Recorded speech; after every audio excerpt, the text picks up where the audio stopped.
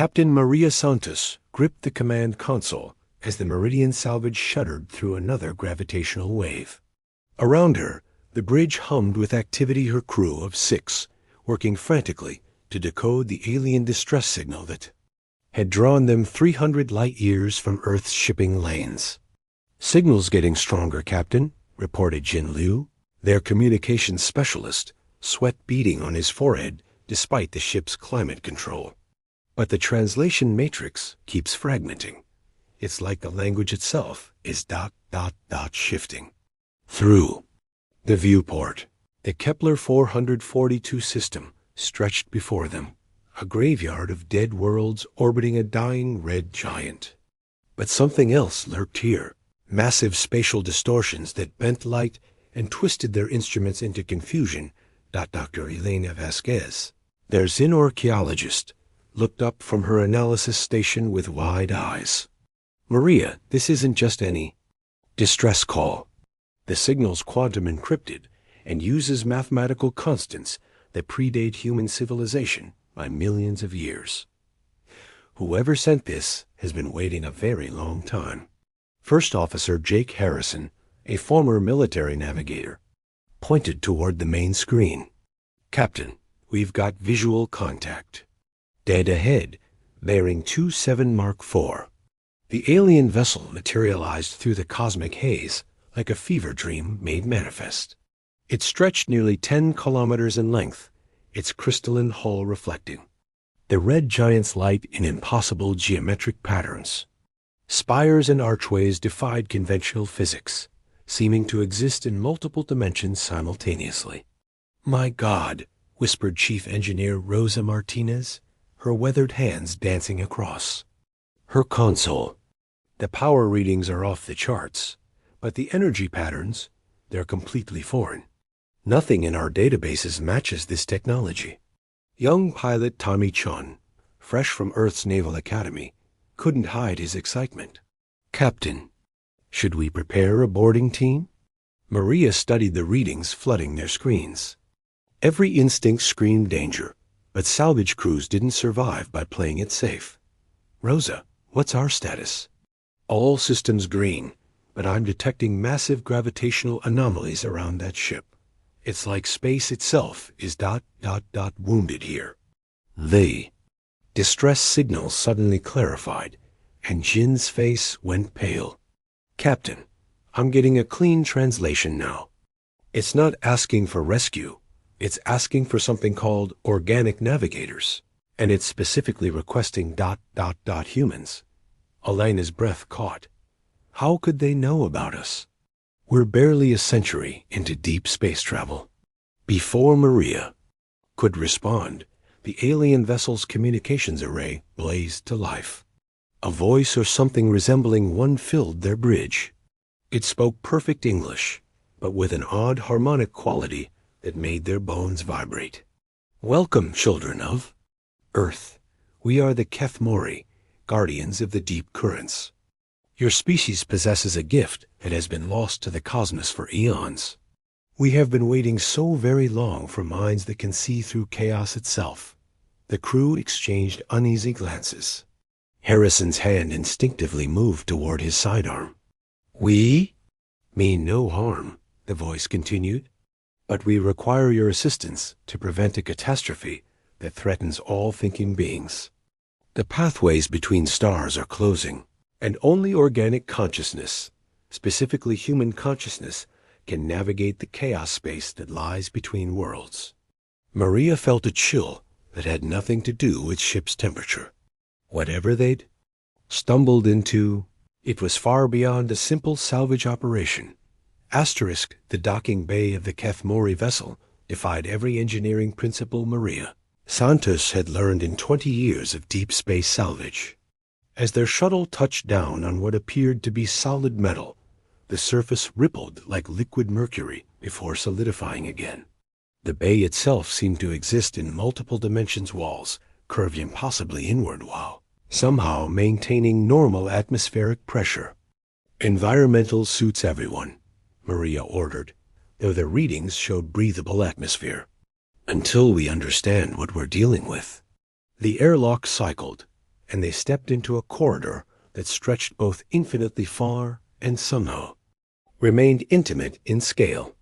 Bioluminescent patterns pulsed along the walls in rhythms that almost resembled heartbeats. Dr. Elena Vasquez ran her scanners frantically. The architecture is impossible. These walls are composed of matter that exists in 11 dimensions simultaneously. And the energy readings. She paused, recalibrating her equipment. It's like the ship itself is alive. They were met by what could only be described as a presence. The Keth-Mori representative appeared as a shimmering humanoid outline filled with swirling galaxies. When it spoke, the words formed directly in their minds rather than through sound. I am Navigator Prime Zethkar. Your arrival fulfills an ancient prophecy written in the quantum foam itself. Follow. As they walked, or perhaps glided through the ship's corridors, Tommy Chun whispered to Jin Liu, "This doesn't feel like a rescue mission anymore." The Navigator Prime led them to a vast chamber where the walls displayed a three-dimensional map of the galaxy. But unlike any star chart they'd seen, this one showed flowing currents of energy, connecting star systems like a vast neural network. "Behold the Great Web," Zethkar communicated. "For millions of years, our people have maintained the pathways between worlds. But the ancient roads through chaos space are failing. The currents that allow faster-than-light travel are becoming turbulent. Engineer Rosa Martinez studied the display with professional interest. These energy patterns, they look like wormhole networks, but more complex. Are you saying you've been artificially maintaining interstellar travel routes? Not maintaining, navigating. The chaos space between dimensions requires consciousness to interpret its patterns. Our minds, perfected through eons of evolution, have lost the ability to perceive randomness. We see only order, patterns, predictable outcomes." Elena stepped forward, her scientific curiosity overriding caution. "But human minds can see chaos. Your species possesses something we abandoned long ago, the ability to find meaning in apparent randomness, to navigate by instinct rather than pure logic. When we interface human consciousness with our quantum navigation arrays, the pathways through chaos space become visible. Captain Santos felt the pieces falling into place with disturbing clarity. "You're not asking for help. You're asking us to become living computers." The chamber filled with what might have been the Keth-Mori equivalent of sadness. The process is taxing on organic neural pathways. But without chaos navigators, the web will collapse within decades. Entire civilizations will be cut off from each other. Wars will follow. Eventually, the galaxy will fragment into isolated, dying worlds. First Officer Harrison stepped protectively closer to his crew. "And if we refuse, then you will watch your species die when the chaos storms reach Earth's sector. Your world lies hidden in one of the deepest chaos rifts protection that will become a prison when the old roots fail. As if responding to Zethkar's words, the star map zoomed in on a section of space that appeared completely black, unmarked by any stellar cartography Maria had ever seen. Your Earth exists in a pocket of chaos space so turbulent that no digital navigation system can map it. Only organic minds, following patterns that logic cannot comprehend, have ever found their way there and back." The implications hit the crew like a physical blow. They were truly alone out here, and their ship's navigation system had somehow guided them through cosmic mazes that shouldn't exist. Deep within the Keth-Mori vessel, Captain Maria Santos stood before a device that challenged her understanding of reality itself. The neural interface chamber resembled a crystalline cocoon suspended in a sphere of flowing energy. Tendrils of light danced around it like living things, reaching out as if sensing her presence. "The process is voluntary," Navigator Prime Zethkar assured them, though the harmonic undertone suggested urgency. "One of your crew must interface with our quantum navigation array to map a path to the Nexus Council. Other species gather there, and some view humanity as a threat to be eliminated rather than preserved. Dr. Elena Vasquez ran her tricorder over the interface. I'm detecting neural pathway enhancers, quantum entanglement fields, and something that looks like memory storage matrices. This isn't just navigation. You're copying human consciousness. We are preserving it. The chaos navigation process burns neural pathways at an accelerated rate. Without preservation protocols, a human navigator might survive weeks instead of years. Our archives contain the consciousness patterns of 17 species that once possessed chaos-site.Tommy-chan. Their youngest crew member stepped forward. I volunteer.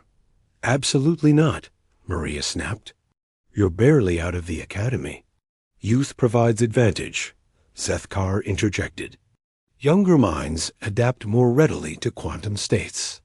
However, the choice must be made quickly. Chaos storms are building in this sector. Through the chamber's transparent walls, they could see space itself seeming to writhe. Stars flickered in and out of existence, and gravitational waves rippled visibly through the cosmic medium. Asterisk, asterisk. Engineer Rosa Martinez pulled Maria aside. Captain, our ship's navigation systems are going haywire. Whatever's happening out there, we can't leave without help. Jinglu's communication station crackled to life with multiple alien languages, all broadcasting the same urgent message.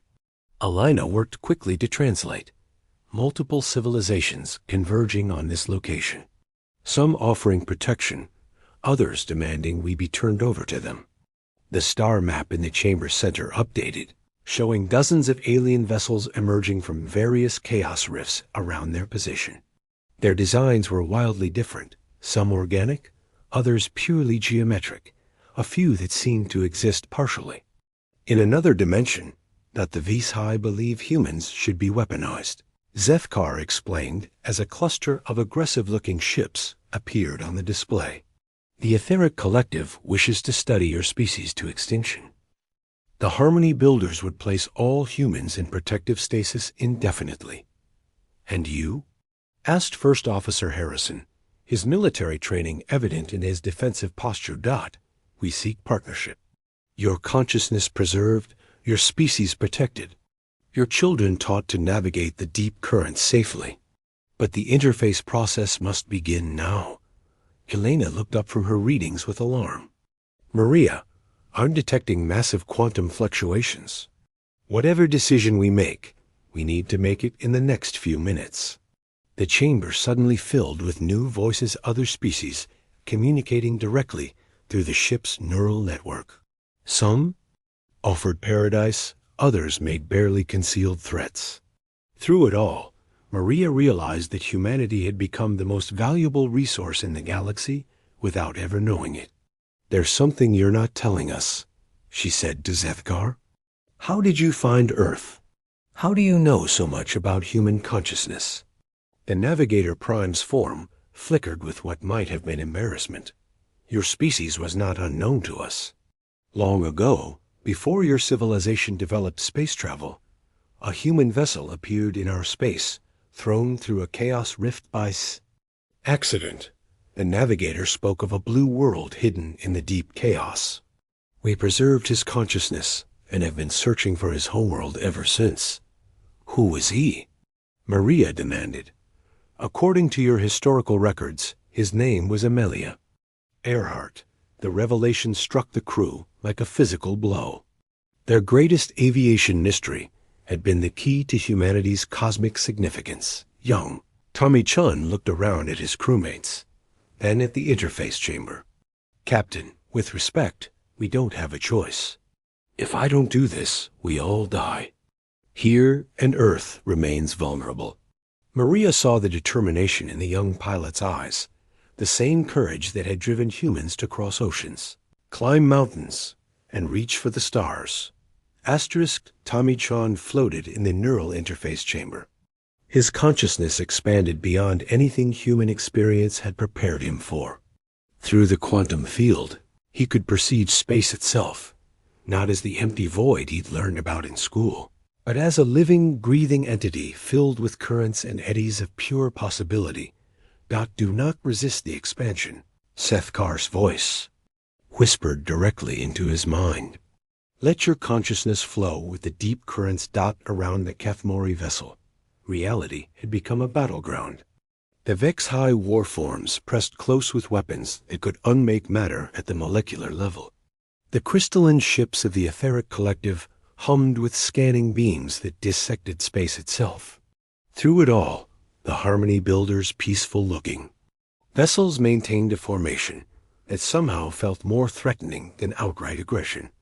On the bridge, Captain Santos watched her youngest crew member transform into something unprecedented. Tommy's vital signs fluctuated wildly as his neural patterns synchronized with alien technology millions of years in advance of human understanding.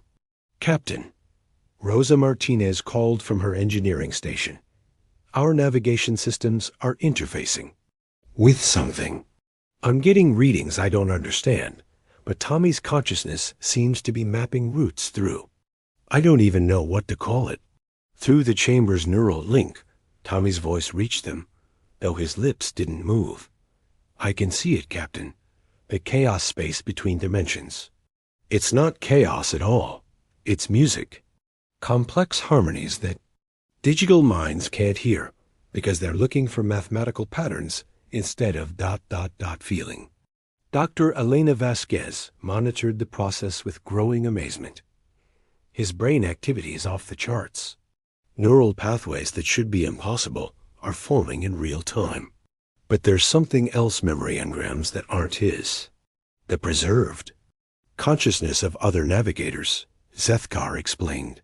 Each human who interfaces with our systems adds to the collective knowledge. Tommy Chun now carries the experience of every chaos navigator in our archives. Through Tommy's expanded awareness, the crew could suddenly perceive the alien vessels around them with crystalline clarity. The Vex-High weren't just warriors, they were a dying species desperate for any advantage in an endless war against entropy itself. The etheric collective pursued knowledge with such single-minded intensity that they'd forgotten wisdom.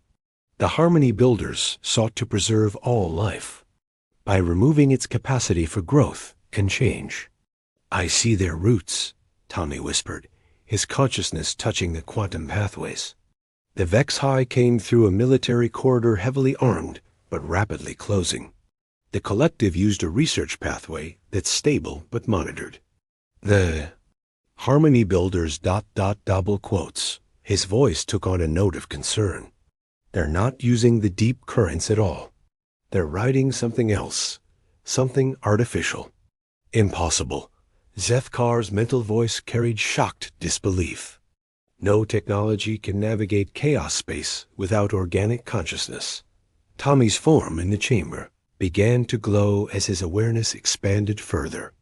They've found another way. They're using captured consciousness-enslaved navigators from other species. Captain, they're not here to negotiate. They're here to add us to their collection. The revelation triggered immediate action.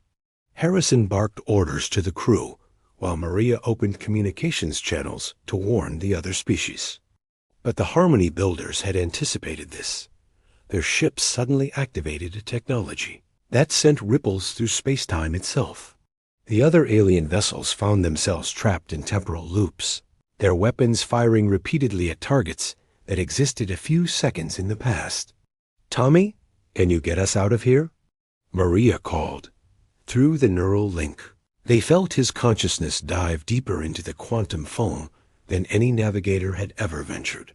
He was mapping routes that existed between the gaps of reality, itself pathways, through dimensions that touched the fundamental structure of the universe. There's a route, he gasped, his physical form beginning to show signs of strain. But Captain, I can see why these pathways are hidden. They don't just connect different locations, they connect different possibilities. Different versions of reality where choices were made differently. Elena's instruments detected massive energy buildup in Tommy's neural patterns. Maria, his brain is processing information at rates that should kill him. But somehow, the preservation matrices are adapting in real time. He is becoming something new, Zethkar observed with what sounded like awe. Neither fully human nor Kethmori, but a hybrid consciousness capable of navigating deeper into chaos space than any being in recorded history. Through the chamber, Tommy's awareness touched something that made his consciousness recoil in shock. "Captain, I found Earth's location in the deep chaos, but there's something else there. Something that's been waiting for us to develop space travel. Something that's been ... watching." As he spoke, the Harmony Builder vessels completed their temporal trap and began moving toward the Meridian salvage with the slow inevitability of a closing fist. In the depths of chaos space, Tommy Chun's consciousness encountered something that shouldn't exist, a presence vast and ancient, woven into the very fabric of reality around Earth's hidden location. Through the neural interface, his revelation struck the crew like a thunderbolt. "It's not a guardian protecting Earth," Tommy whispered, his voice carrying harmonics from dimensions beyond human perception. "It's a prison. Something has been contained in the chaos space around our world. And our development of interstellar travel is the key it's been waiting for." Navigator Prime Zethkar's form flickered with alarm. "Impossible. Our archives show no record of any entity capable of manipulating chaos space on such a scale." Through Tommy's expanded awareness, they could perceive the truth. Earth hadn't been hidden by cosmic accident or natural phenomena. An intelligence of incomprehensible scope had deliberately placed humanity's homeworld in the deepest, most turbulent region of chaos space, not to protect Earth, but to prevent something imprisoned. There from escaping, Captain Santos felt the pieces of a cosmic puzzle falling into place with terrifying clarity. "The distress beacon that brought us here, it wasn't from your ship, was it?" "No," Zethkar admitted. "The signal originated from the chaos space around your homeworld. We have been investigating its source for millennia." The Harmony Builder ships continued their approach, their enslaved navigators burning out one by one as they maintained the temporal trap. But Tommy's consciousness had evolved beyond their ability to contain. Drawing on the preserved memories of every Chaos Navigator in the Kethmori archives, he began to perceive roots through reality that existed between thoughts, between heartbeats, between the quantum fluctuations of existence itself. "I can get us home," he said, "but the route goes through the prison itself. Whatever's been contained, they will know we're coming." Dr. Elena Vasquez studied the readings flowing through her instruments. "Tommy, your neural patterns are stabilizing at levels that should be impossible. You're not burning out, you're evolving." Through the chamber's quantum field, Tommy's consciousness touched the imprisoned entity, and the contact sent shockwaves through every ship in the sector. The presence was vast, not malevolent, but alien beyond any possibility of communication or comprehension. It had been waiting in Earth's chaos space for humanity to develop the technology to perceive it, to potentially free it. "The entity predates our civilization by eons," Zethkar communicated with growing understanding. It was imprisoned not by technology, but by the fundamental structure of reality itself. And human consciousness, with its unique ability to navigate chaos, represents the only key to its freedom. Engineer Rosa Martinez called out from her station. "Captain, the Harmony Builders are breaking through their own temporal field. Whatever we're going to do, we need to do it now." Tommy's form in the chamber began to shift, becoming something more than human, but not entirely other. "I understand now," he said. "The entity isn't malevolent, it's lonely. It's been isolated in chaos space for so long that it's forgotten how to exist in normal reality. But if it's freed without proper preparation, the shock of rejoining this universe could destabilize local spacetime. The revelation presented an impossible choice: leave the entity imprisoned and doom humanity to become tools in cosmic conflict, or risk freeing something that could accidentally destroy entire star systems. But Tommy's evolved consciousness saw a third option. Captain, I'm going to create a stable pathway home, but I'm also going to establish a communication link with the entity. If we can teach it to exist peacefully in normal space, maybe we can solve multiple problems at once. Through the neural interface, he began weaving a route through chaos space that was part navigation channel, part communication protocol. The pathway would allow the Meridian salvage to return to Earth while simultaneously creating a bridge between the imprisoned entity and the galaxy's other consciousness-based navigators. As the route stabilized, the Harmony Builder's ships suddenly found themselves facing something they hadn't anticipated: willing cooperation between organic species. The Kefmori, humanity, and even some of the other alien civilizations began working together, sharing navigation consciousness through Tommy's evolved neural matrix. The young pilot had become something unprecedented, living nexus point for multiple species' navigational abilities. Through him, the galaxy's various consciousness-based travelers could share routes and knowledge without the destructive competition that had driven species to enslave each other. "It's working," Tommy announced as space around them began to stabilize. "The entity is learning to communicate through the chaos space itself. It's not trying to escape anymore. It's trying to help. It's been maintaining the deep chaos around Earth, not as a prison for itself, but as a nursery for humanity to develop safely." As the Meridian salvage entered the pathway home, Captain Santos realized they weren't just returning to Earth. "We're carrying the key to a new form of galactic civilization, one based on cooperation between different forms of consciousness rather than domination by any single species."